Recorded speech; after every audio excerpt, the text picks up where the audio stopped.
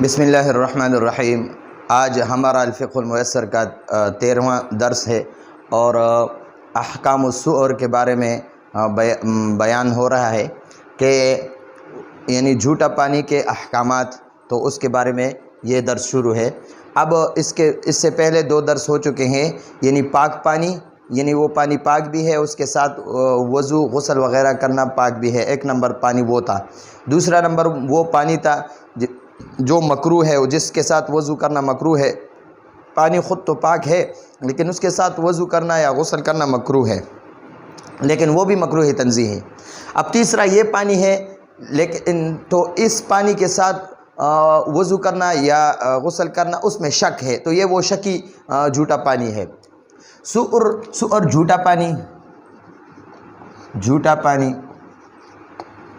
بغل خچر کو کہتے ہیں، خچر، اور حمار گدے کو کہتے ہیں۔ سؤر جھوٹا پانی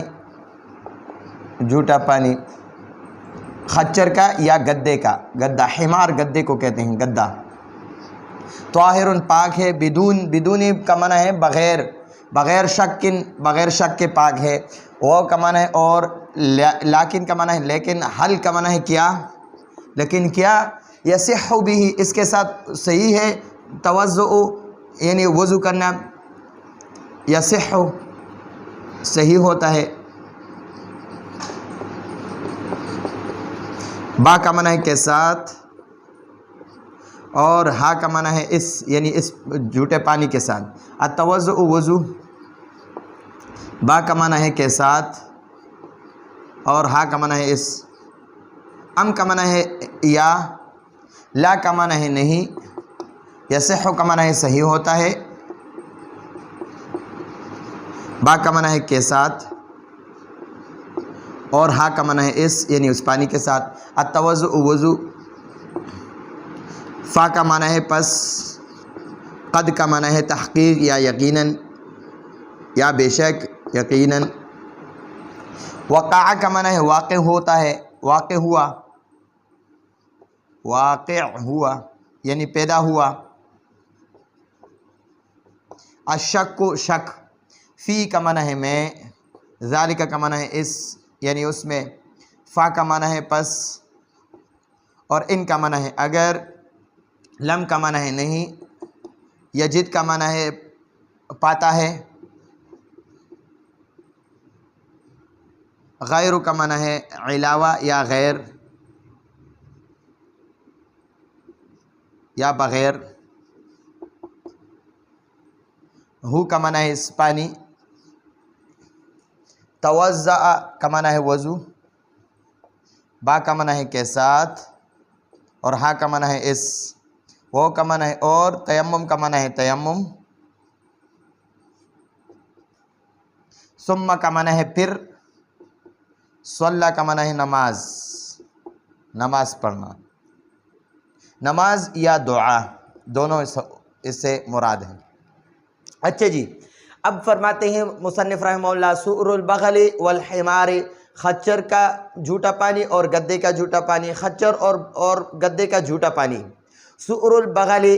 یعنی خچر، والحمار اور گدے کا جھوٹا پانی، سؤر جھوٹا پانی، البغل والحمار گدے اور خچر کا، طاہر پاک ہے، بدون شک بغیر کسی شک کے،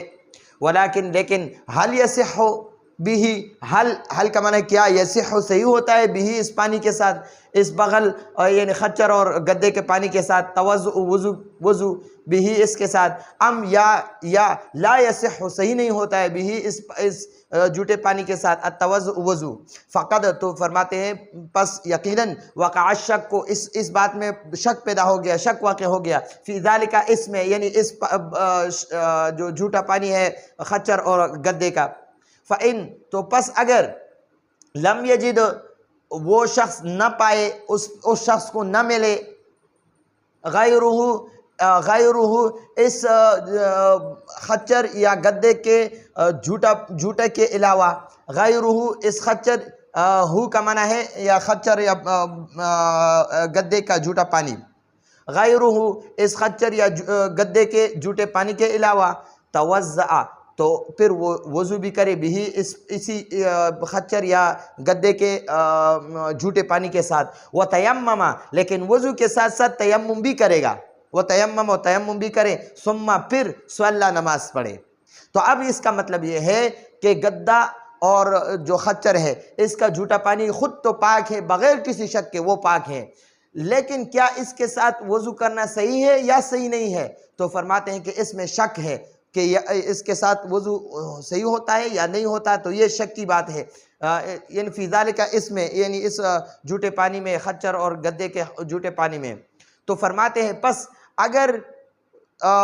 جو متوضی ہے، وضو کرنے والا ہے، اگر اس کو اس گدے اور خچر کے جھوٹا پانی کے علاوہ اور کوئی پانی نہ ملے، اگر اس کو کوئی اور پانی نہ ملے تو توضأ بھی، تو اسی پانی کے ساتھ وضو بھی کرے، وتیمم، لیکن تیمم بھی کرے گا اور تیمم بھی کرے، ثم صلی، پھر نماز پڑھے۔ اب فرماتے ہیں مصنف رحمہ اللہ کا مطلب یہ ہے کہ خچر اور گدے کا پانی جو جھوٹا پانی ہے وہ تو پاک ہے، لیکن کیا اس کے ساتھ وضو کرنا یا غسل کرنا وہ صحیح ہے یا صحیح نہیں ہے؟ تو فرماتے ہیں کہ اس میں شک ہے۔